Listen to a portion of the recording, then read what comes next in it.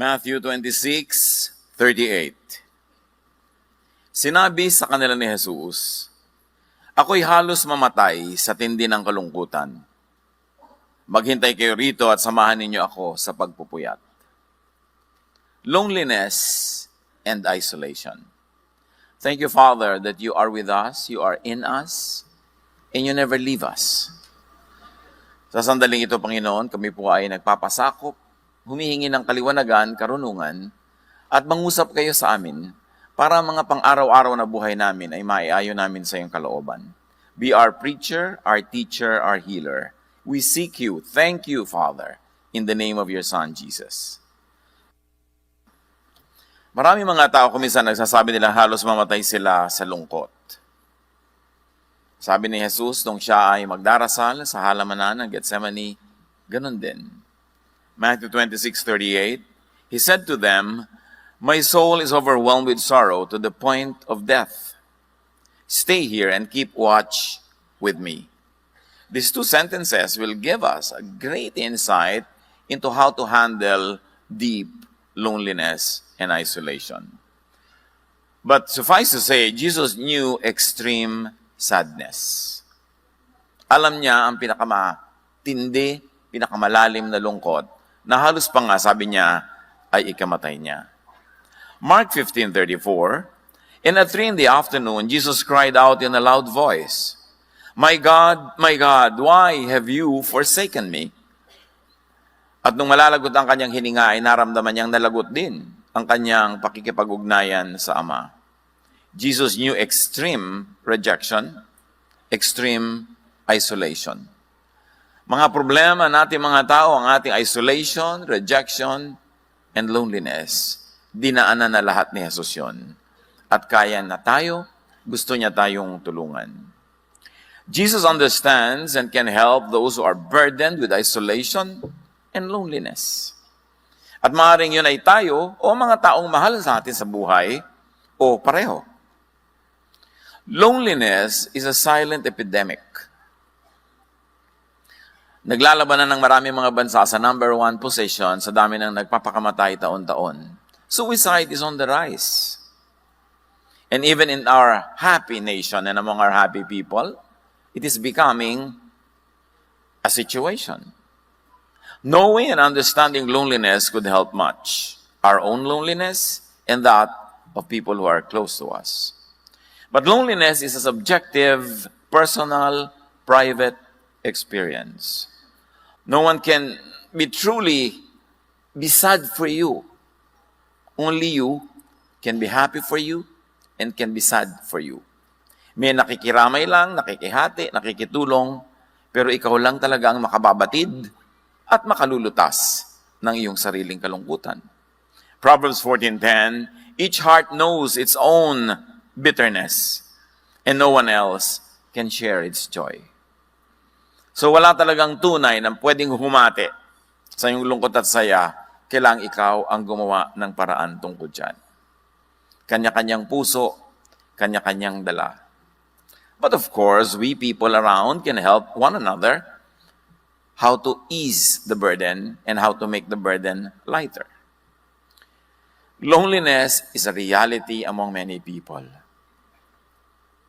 It's only a matter of time before people would be lonely. So understand loneliness.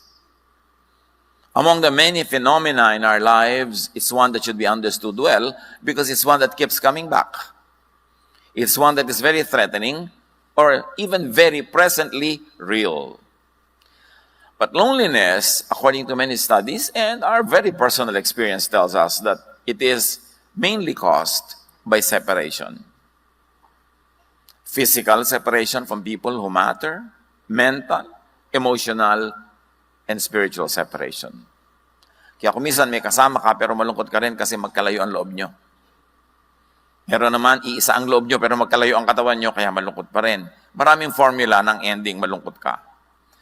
At pati ang spiritual separation natin from God can cause a lot of complications that are not so easily identifiable na yun pala ang dahilan. Western civilization has a very clear history of separation. Nung una, ang lahat ng mga tao sa balat ng lupa, puro pamilya lang, tribo-tribo. Sa ating sinaunang kasaysayan, para barangay, hanggang doon lumaki ang ating community and not beyond that. Kaya nanatiling mas malapit tayo sa isa't isa. But during the European Renaissance, in the 14th to the 17th century, nagsimulang maglayo-layo ang isip ng mga tao kasi mayroong mga rumunong, naging mga experts sa sciences, sa philosophies, at naiwan nila yung mga asawa nila, kamag-anak nila, o community nila, nagkaroon ng mga ganong klaseng separation. In the Industrial Revolution in Europe that happened from 1760 to 1840, there was a lot of separation kasi nung araw ang mga tao, farmers lang lahat or hunter-gatherers. Pero nung nagkaroon ng Industrial Revolution, nauso ang mga factories, nauso ang mga cities, maraming mga tao sa mga malalayo, mga liblib na lugar, isa sa kanila ay pupunta sa city, sa factory para magtrabaho, nagsimula ang paghihiwalay. Sa atin din kasaysayan, ang ating mga kababayan at mga ninuno ay magkakasama lang sa baryo, doon kay sinilang, doon ka lalaki, doon kay papanganak, doon ka manganganak, doon ka mamamatay, doon ka ililibing, kayo-kayo lang. And there was no sense of separation. Pero uso yung mga galleon trade, ang ating mga tripulante, sumasakay sa barko, 1 taon, 2 taon nakasakay doon, nagsimula yung mga paghiwa-hiwalay na hanggang ngayon, very clearly seen sa ating overseas contract work phenomenon. Na nearly every household has somebody abroad. That there's probably no Filipino na wala siyang kaibigan o kakilala na hindi nagtatrabaho sa barko or abroad. So, totoong-totoo sa atin ang paghiwa-hiwalay. At dahil doon, maraming kalungkutan. Yung iba, iniimpit na lang, itinatago, pero meron. Yun namang iba, buong dramang ibinubulala sa airport. Tuwing aalis ang mahal sa buhay. So, pero meron. But loneliness is a biological function. In fact, it's a biological warning, like hunger is. Sana hindi na lang nakakaramdam ng gutom. Blessing makaramdam ng gutom. Kasi warning yon ng nature na kailangan na ng katawan mo ng pagkain. Kasi kung hindi ka na warningan, hindi ka nagugutom, hindi ka kakain, bigla ka na lang mamamatay. Ganon din ang kalungkutan. Blessing siya dahil siya isang biological warning. Bakit siya blessing? Loneliness makes you pay attention to the pressing physical needs of yours. Ano yon? Pinag-usapan natin na ang una sa lipunan, nung na-develop ang mga tao, mga closely knit families lang, mga tribe. At hanggang ngayon, up to a point, tayo mga Pilipino, very tribal ang orientation. To the point that we are not thinking in terms of nation, we're thinking of our barrio, of our region, of our family. So, malapit pa tayo sa ganung form. But this kind of social structure knows that survival is in numbers, in cooperation, in the family, in the community, in the tribe. Kaya pag ikay nasa baryo, lalo't mas liblib, mas nakikisama ka sa kapwa.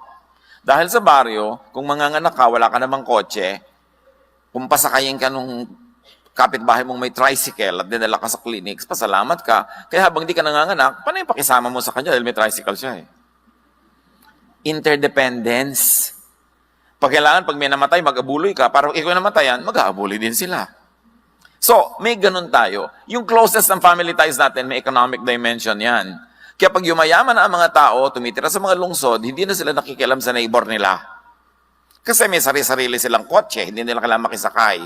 May sarili-sarili silang ulam, may sarili-sarili silang hanap buhay, nagiging mas less personal, and that's also a climate for more loneliness.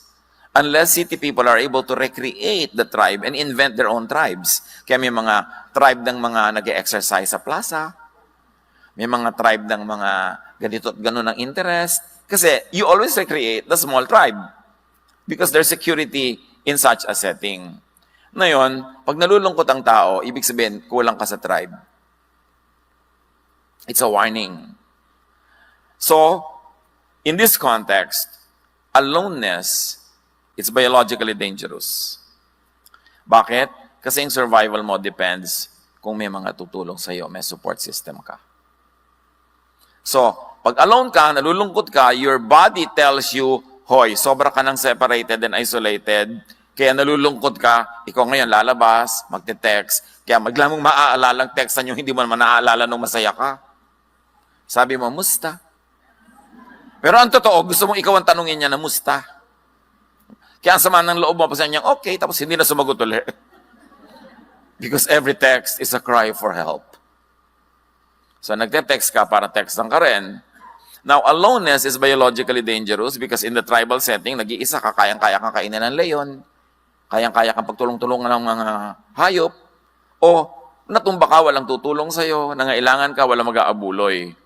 That's why creation mandates that these risky situations cause loneliness. Risky na kulang ka ng social support, then nature wired you to be lungkot. That leads to longing for company and belongingness, and so people seek safety in community.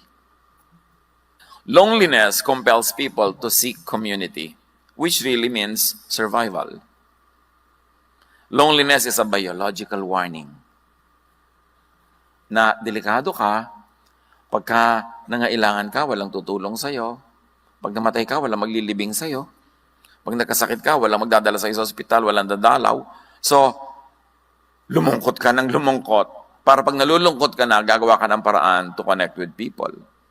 Kailan usong-uso ang sense of community? In primitive times, because the tribe had to survive, or the family. Kasi pati mga hayop, kalaban mo rin eh.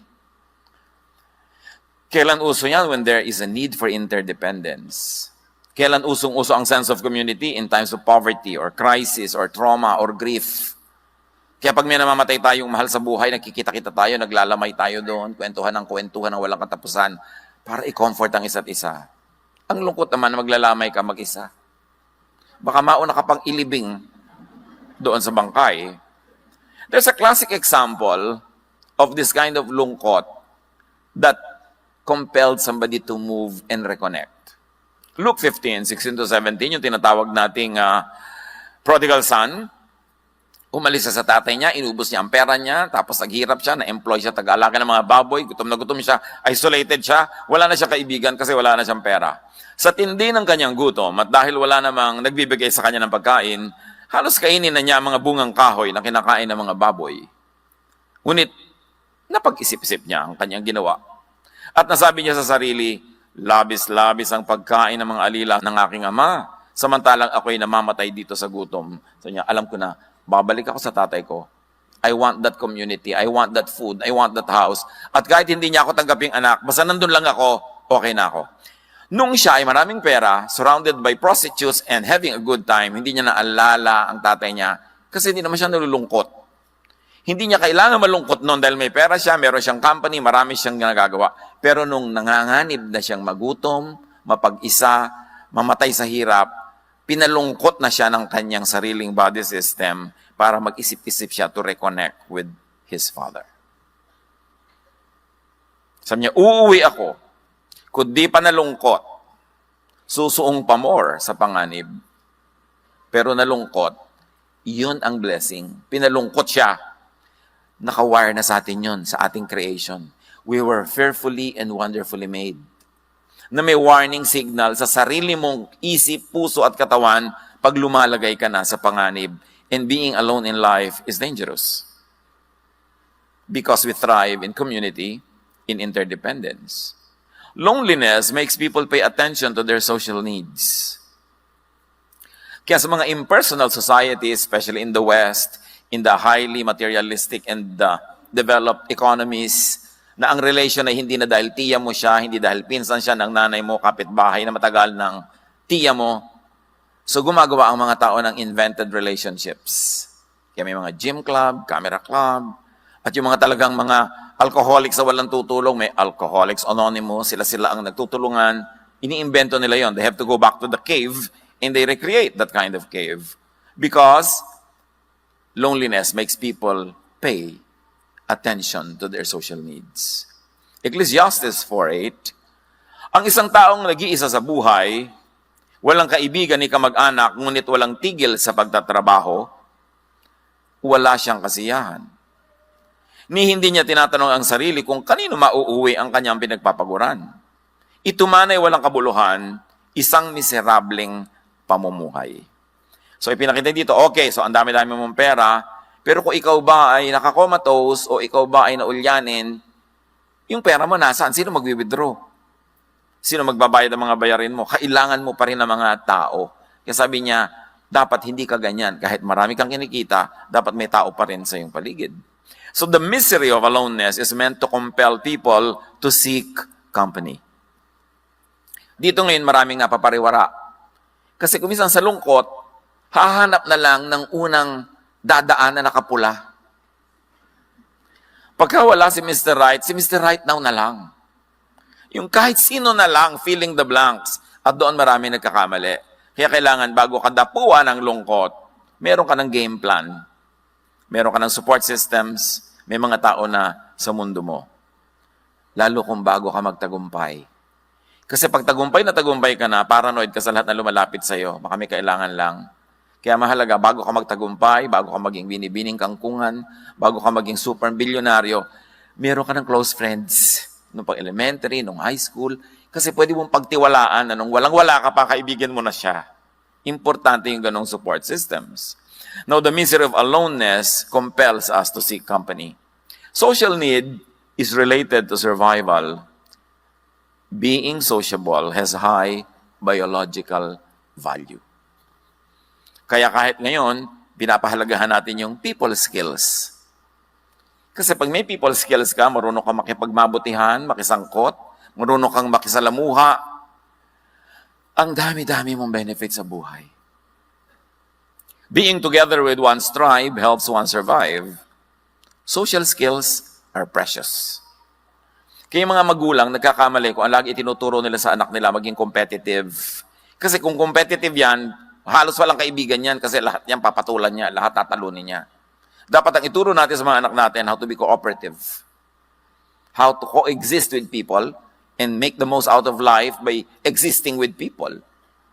Aloneness and isolation could mean death. That's why God designed you to be sad, to be miserable when you're alone, because biologically you are in more danger when alone.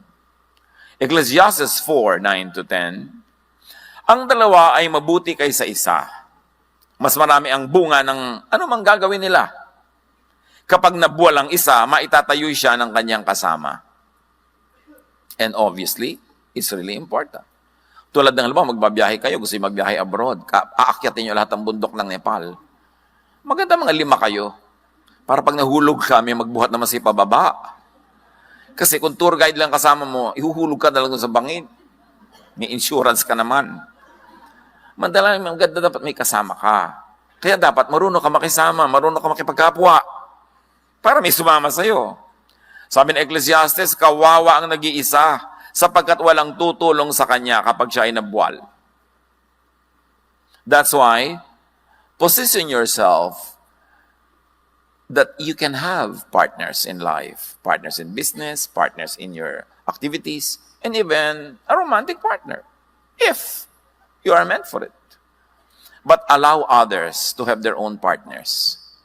Yung mga magulang ko minsan, we're so selfish. Ang higpit-higpit mo sa anak mo, ayaw mo man lamang na may umibig sa kanya o may makipag-ibigan siya. Kasi bata ka pa. Nung tumatanda ka na, at tumatanda na rin yung anak mo. At wala pa siya. Kulang na lang iparipa mo. Anak, kung sino man ang kumuha sa'yo, kasama ng mga kaldero natin, ang mga kotse natin, mga lupa natin sa kuko, ilalagay na natin, meron lang sumama sa'yo. Kasi alam mong, hindi siya dapat ding mag-isa sana kung hanggat maaari, hanggang pagtanda. Pero ayaw mo pa na mangyari yun, hihigpitan mo ng sobra-sobra habang bata, kailan mo ipagtutulakan pag 50 anyos na. Sa bagay ngayon, 50 is the new 20. So very important, naturuan natin silang social skills, we allow them to have friends. Anak, bakit wala kang friends na nag-i-sleep over dito? Diba? Invite them here. Ikaw, may mga kaibigan ka ba? Kung mag-i-sleep over ka doon, saan yun? Anong telephone number nila? May fire exit ba ang bahay nila? Siyempre, gusto mo namang malaman yon para safe yung anak mo. Pero let them socialize. Genesis 2:18, the Lord God said, "It is not good for man to be alone, or woman to be alone. I will make a helper suitable for him." So creation and nature rewards collaboration. Kita niyo sa ating mga baryo, umuso yung bayanihan, Kasi tulungan, kasi wala nang may pera eh. Ang mga may pera lang noon yung mga landed class, but 90% of the people walang pera. So we perfected bayanihan. We perfected abuluyan. Bakit po 12 araw na hindi pa nililibing ang patay? Wala pang pambayad ng nicho. Di ba? Kakabaan mo pa yan. Tulungan ng tulungan. Because nature rewards collaboration. Kahit sa mga hunting societies, hindi ka pwede mag-hunt mag-isa. Dapat 5 kayo, 10.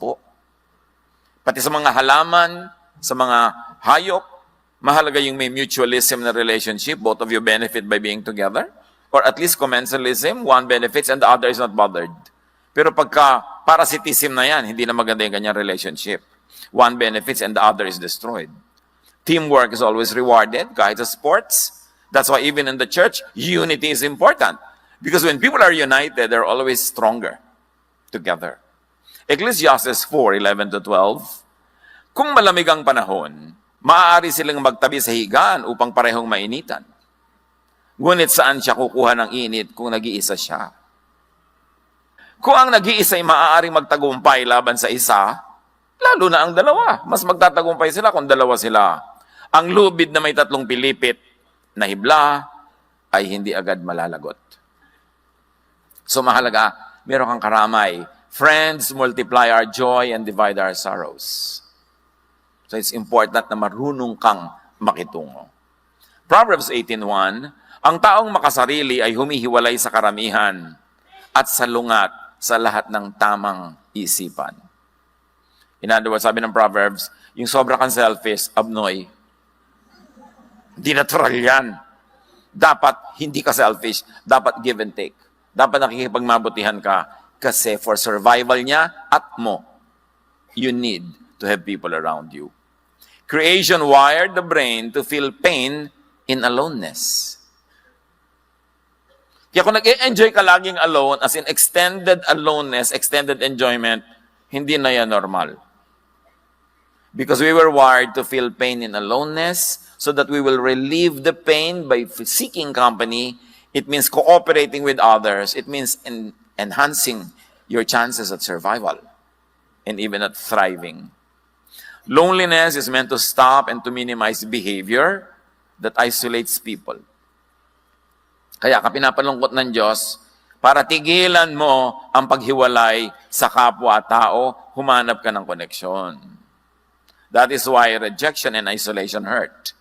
Bakit pag may nagre-reject sa'yo, nasasaktan ka? Kasi we were wired by God to want to be accepted. Because when we are accepted, we are safer because we are with the group. Pero yung nire-reject ka na, nagre-rejoice ka pa, abnormal yan. Or pride na lang yan, ayaw mo lang aminin. Kaya masakit yung nire-reject ka. And yung sakit na yon ang magtuturo sa ating makibagay, makisama sa tama, para hindi tayo ma-reject. At stronger tayo pag meron tayong support system. Jesus took up and endured extreme isolation and loneliness so He can save us from it. Salamat. Inako, dinanas ng Diyos lahat yan ng Panginoon para kayang-kaya at alam na alam niya tayong tutulungan. Isaiah 53:3, hinamak siya ng mga tao at itinakwil. Nagdana siya ng hapdi at hirap. Wala man lang pumansin sa kanya. Binaliwala natin siya na parang walang kabuluhan. Referring to the coming Messiah. Si Jesus yun. Kung nararamdaman nyo binabaliwala kayo, parang wala kayong kabuluhan, nadaanan na yan ni Jesus. Therefore, alam niya ang situation nyo, alam niya kayong tulungan. Hebrews 2:17-18, for this reason, Jesus had to be made like us. In every way, He became like people so that He could be their merciful and faithful high priest in service to God. And now, He can help those who are tempted. He is able to help because He Himself suffered and was tempted. So if your temptation is to feel so bad because of your loneliness, Jesus can help you out of that because He already experienced it. Ipinadana sa Kanya ang lahat ng klase ng hirap, hindi naman bawat detalye, kundi yung types of suffering, so He could be a very, very sensitive helper, nurse, and doctor. What are the general effects of loneliness? Loneliness makes people age quicker. Yung ang bilis tumanda. Mahirap na tumanda ka bigla kung masaya ka. Kaya alam mo ko yung misis, nagpo-problema dahil yung asawa niya, ang daming kulasisi. Ang tanda ng itsura. Maliban na lang, of course, meron siya mga regimen na napatatakpan ng technology. Yung kanyang lungkot. Pero alam yung, bakit ganyan ang itsura ng pinsan natin? Siguro nang bababae asawa niyan. Kasi nakaregister sa mukha ni misis ang pinagagagawa ni mister.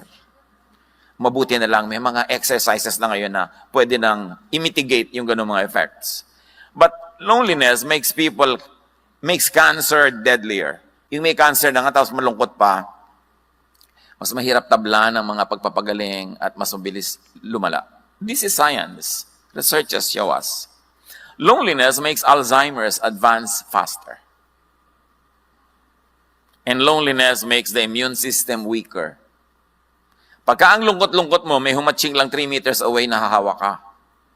Pero pag ang saya mo, kahit bugahan ka dito, siya ang natutumba. Kaya mahalaga sa tao, masaya. Diba? Kasi pag masaya ka, yung immune system mo mas malakas. At yan ay proven talaga. Psalm 38, 6-8, wasak at kuba na ang aking katawan, ang buong maghapoy, puspos ng kalungkutan. Dumapong lagnat ko'y apoy na sa init. Lumulubhang lalo ang taglay kong sakit. Ako'y nanghihina at nanlulupaypay, puso'y dumaraing sa sakit na taglay. So you see, pagka ikaw ay emotionally sick, your body becomes sick. And when your body becomes sick, you also become emotionally sick. So it feeds itself. It becomes a cycle. Hinihila ka pababa ng pababa. Yung katawan mo, papalungkotin ng puso mo. Yung puso mo pala, hihinain ng katawan mo. Saan ka pupunta nun? Sa libingan. Kaya dapat may gawin ka. Pag lagi kang nalulungkot, dapat may gawin ka. Huwag kang magmukmok. Huwag kang humingi ng awa. Huwag kang lagi na lamang na mag-self-pity. You've got to do something to get yourself out of that hole. Once loneliness becomes chronic, it will be self-sustaining. Ito ang sinasabi ng mga clinical records. Pag ang lungkot mo ay sumobra na, siya na ang bubuhay sa kanyang sarili. Siya ang magpapatsidhi ng lungkot. Siya ang magpapalala ng sarili niyang lungkot. It will feed on itself. It will be cyclical and self-sustaining until you get to deep, deep clinical depression. And that's when people jump off buildings and bridges and kill themselves. Don't get near that point. Kailangan kontrahin mo ang iyong mga lungkot. Now, how loneliness works for the worse. Paano ba nagpapalala yan? Physical and social pain send messages to your brain. May physical pain ka, emotional pain. It sends signals to your brain. And prolonged feelings of loneliness is read by the brain as threat. Pag lagi kang malungkot, ang reading ng brain threat, you are under threat, no? Then it switches to survival mode and sees danger and hostility everywhere. So pag malungkot ka, yung brain mo maglalagay ng armor, maglalagay ng protection, at ipoprotekta niya sa lahat ng tao. Kasi convincein ka ng brain mo na lahat ng tao may masamang sinasabi tungkol sa'yo. Lahat ng tao kalaban mo. Walang may gusto sa'yo. Lahat galit. Nanganganib ka. Lahat gusto kang patayin, sakalin. Lahat. Kaya lalo ka ngayong lalayo. That's why loneliness feeds itself. Because when you're very lonely, you become defensive. And when you are defensive, you drive people away. Kaya magiging cyclical. Because the lonely person is suspicious, unfriendly, defensive, offensive, and hostile. Mabangis, madaling magalit, madaling magsuspetsa, wala pinagtitiwalaan. Ganun pag malungkot. A sure formula for more isolation. Psalm 38, 17-20. For I am about to fall, and my pain is ever with me. Many have become my enemies without cause. Those who hate me without reason are numerous. And remember, this could only be a guni-guni. Perception ng isang taong sobrang malungkot. It need not be real. Pananaw yan. It need not be factual. But when you are lonely, you become paranoid. Lahat ng ginagawa ng tao, ang reading mo, niloloko ka, pagsasamantalahan ka. Kaya yung mga nalungkot dahil minsan nabigo sa pag-ibig, lahat ng mga dumadapong na sa kanya, binubugaw na. Kasi nakahalik siya ng palaka, hindi naging prince. Nagkaroon pa siya ng kulugo. Ngayon, dumadating na yung talagang palaka na prince, dinataboy mo pa. Siyempre, sometimes in life, you kiss so many toads before it turns to be a prince. Minsan naman, wala. Talagang kulugo. But you must never stop trying. Di ba? Don't live in the la mode. Kasi pag nasa the la mode ka, nagsara ka na eh. Parang ayaw mo nang mabuhay. Hindi mo na binibigyan ng sarili mo ng chance. Verse 20, those who repay my good with evil, lodge accusations against me, though I seek only to do what is good. Yan ang perception ng isang taong depressed. Bait-bait ko naman, masama sila. Inaapi nila ako. Pagka hindi ka nabate, iniistab niya ako. Ayun naman pala, hindi ka lang talaga nakita. Pero laging pangit ang interpretation. Kasi nga yung loneliness mo, papalonelihin ka niya lalo. Hanggang magising ka sa katotohanan na kailangan mo siyang talunin. Pero may mga iba, hindi nagigising, sila'y natatalo. Loneliness makes people assume the worst of other people's intentions. Ang malungkot, suspicious, paranoid, mapagbintang. Because of this perception of a hostile world, lonely people can become more self-centered and isolate themselves even more. That's why it feeds on itself. Psalm 102, 6-8, tulad ko'y mailap na ibon sa ilang, para akong kuwago sa dakong mapanglaw. Ang aking katulad sa hindi pagtulog, ibon sa bubungang palaging malungkot. Sa buong maghapon, ang kaaway ko, nililibak ako. Ito yung perception ng taong depressed. Mukha na akong ibong puyat. Mukha akong butiking pasay. Diba? Mukha ka ng tiriringgay. Talaga kung ano na nangyayari sa'yo. At pag hindi mo yan kinorek, ang susunod na level ng depression, pinapabayaan ng tao ang kanyang hygiene. Hindi na siya nagsesepilyo. Hindi na siya nagsa-shampoo. Hindi na siya nagsusuklay. Hindi na siya nagbibihes. So alam mo, grabe na depression mo ha. Amoy lupa ka na. Magagalit sa'yo yun pagka gano'n dahil nga paranoid siya. Pero danger sign yan. Mga kapatid, life is the primary duty of life. So when a person does something against life, like against eating, against enjoyment, against hygiene, the person is committing suicide. Slowly. Kailangan sensitive tayo sa ating mga kasama sa bahay. Mami, bad breath po si daddy, baka po depressed. Anak, nobyo ko pa lang, bad breath na siya. So, hindi yan depression.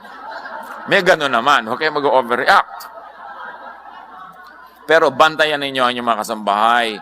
Kasi kung minsan, clueless tayo, nagbibigti na pala. Importante to be open-minded. Feelings of isolation leads to tension and sadness, which makes you focus your attention selectively on the negative. Pagka-depressed ka at malungkot, lahat ng tingin mo negative. May suot kang lenses na dark, and the world is dark.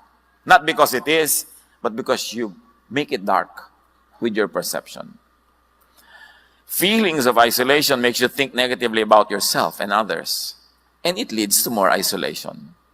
This becomes more and more severe that you may find it harder to escape without professional help. Kaya pag kami sobrang ng depression, sobrang ng lungkot, kailangan na ng clinical intervention. It's good to see a psychiatrist. It's good to see a professional counselor. Sometimes you need chemical intervention, medication, to balance the blood.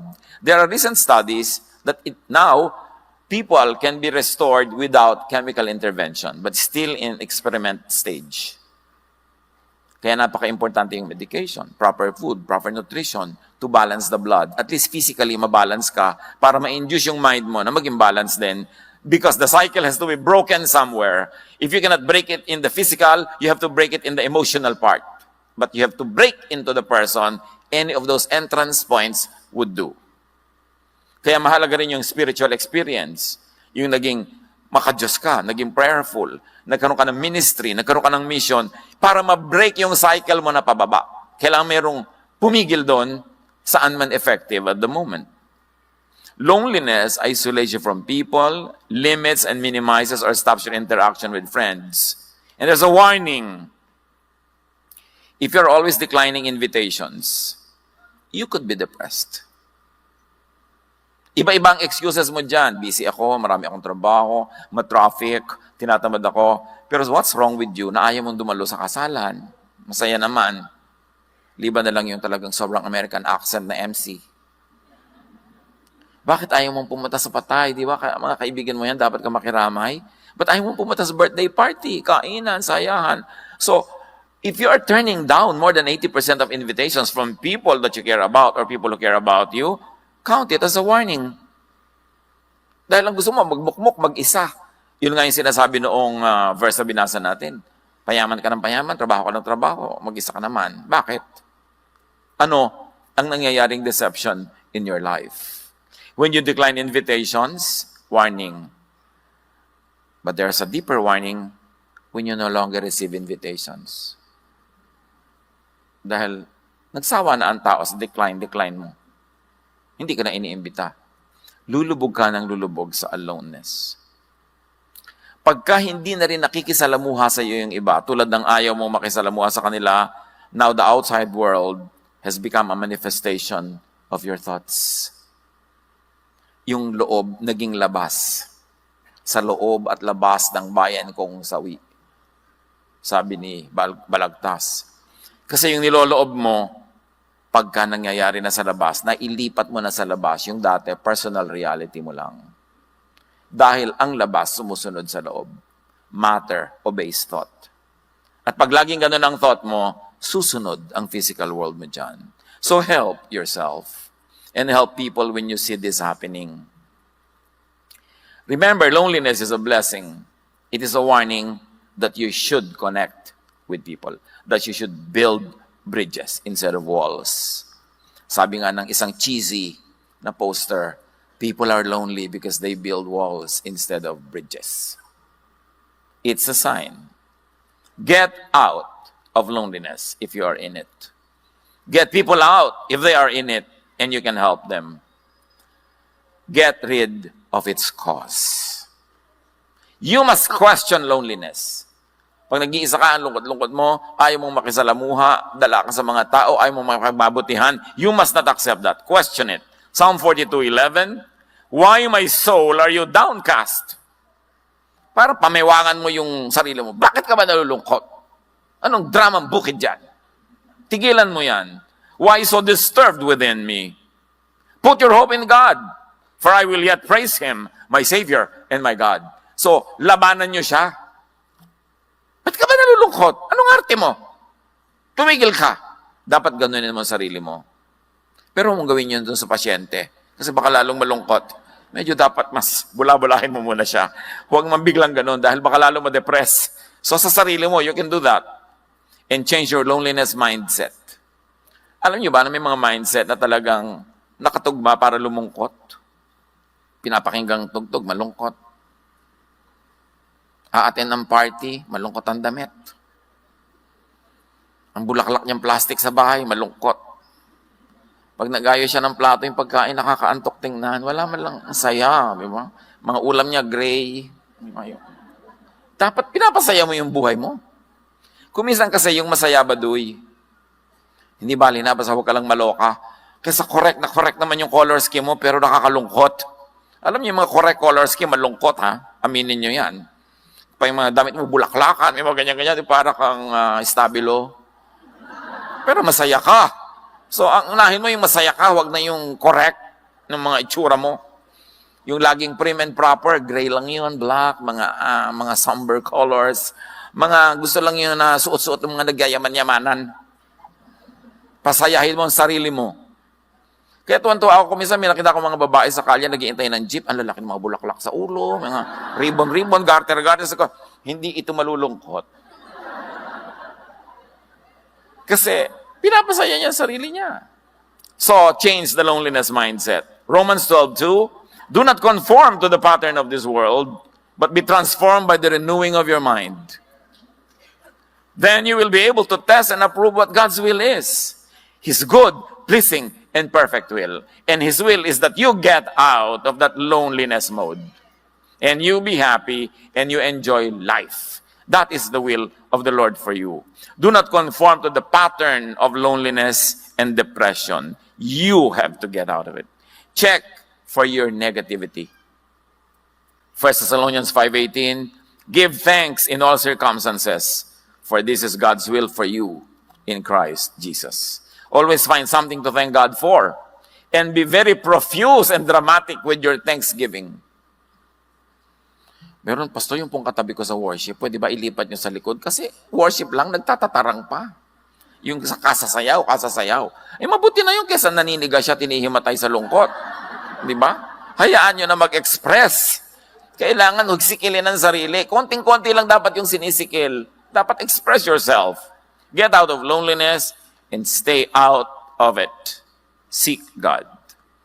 Psalm 68:6. God provides homes for those who are lonely. He frees people from prison and makes them happy. But those who turn against Him will live in the desert or live alone. People are in prison. And most of those prisons were made by them. Or made by their people who matter in their lives, who do not know any better. Kailangan makalaya. That's why Jesus sets free. That's why we should set people free. To express themselves, to be themselves, to love their true loves, to live their true lives, para mawala yung mga depression na yan. Psalm 16:9-10, therefore my heart is glad and my tongue rejoices. My body also will rest secure. Because you will not abandon me to the realm of the dead, nor will you let your faithful one see decay. Many levels of meaning, but the general truth is this: God will not want us to decay. God would like us to be fresh. And His blessing is new every morning. You can never run out of fresh blessings as long as fresh mornings come. So nananatili ka lang malungkot kasi pinapanatili mo ang sarili mo dyan. You've got to get out of it. Psalm 25:16-21. Turn to me and be gracious to me, for I am lonely and afflicted. So aminin, kung malungkot, sabihin, huwag ikahiya. Kung kailangan ng clinical treatment, huwag ikahiya that you're seeing a psychiatrist. You know, yung nagpapabunot, nagtatanggal ka ng kukumpatay, ganun din yun, yung pumupunta ka rin sa psychiatrist. Pinapagaling mo lang ngayon sakit. Dapat walang stigma mga mental illnesses. Kasi katulad lang yan ng ibang other illnesses. Aalisin natin dapat yung mga ganyang stigma at hindi dapat itago. Mga pamilya, kung meron kayong mga member ng family na hindi katulad ng karamihan, yung kanilang mental behavior, yung kanilang mga itsura kuminsan, huwag nyo silang itago sa dilim. Lalo silang madedepress. Dapat silang ilabas, maarawan, mahanginan. Dahil yun ang binigay sa atin ng Diyos. Yun ang mahal natin sa buhay, yun ang pamilya natin. Huwag tayong mabuhay sa pagtatago, sa hiya. Yan ang nagpapadepress sa tao, yung pagtatago. Relieve the troubles in my heart and free me from my anguish.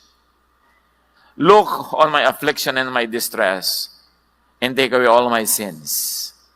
Sins is living off the mark. It doesn't have to be immorality. It doesn't have to be doing bad things. Sin is living off the mark. Dapat nandun ka kung anong tinakda sa'yo, kung anong binigay sa'yo, yun ang ibuhay mo. When you're outside of it, that is sin. Hindi kailangan laging immorality ang sin na yan.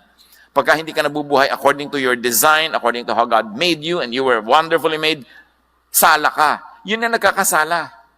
Sa Laguna, sa Batangas, sa Cavite, pag sinabing mali, ay, sala. Hindi ibig sabihin kasalanan. Kaya yung sala, hindi mo lang na-hit yung mark. Kailangan i-hit mo yan. And when you're true to yourself, you will always hit it. Hindi mo lang ma-hit yan kung nangongopya ka ng iba and you are not living your true life. Guard my life and rescue me. And do not let me be put to shame. I take refuge in you. And God is our refuge. Naranasan na ni Lord na halos mamatay sa lungkot. Naranasan na siya na sa taimtim ng pagdarasal ay dugo, hindi pawis, ang lumabas sa kanyang noo. Alam niya ang dinaranas nating lahat. He is our ever-present help in times of trouble. So kung nangangailangan ka ng tulong, magpatulong ka. At kung ikaw ngayon yung malakas, tumulong ka. That is the importance of interpersonal relationships. Get out of your aloneness, live your life, enjoy your life with people. May mga nakakadala, pwede mo silang iwasan, pero hindi ibig sabihin lahat nakakadala. Kung may nagkamali sa'yo, may sumugat sa damdamin mo, pwede mong iwasan kung paulit-ulit, pero hindi mo itatrato ang lahat ng tao sa mundo na katulad nun. Huwag mong sisingilin si Pedro sa utang ni Juan. At lalong-lalo, huwag kang mabubuhay na dala kasi magsasara ka para sa marami pang pagpapalang naghihintay na dumating sa buhay mo. My integrity and uprightness protect me because my hope, Lord, is in you. Dear Lord, teach us to hope in you.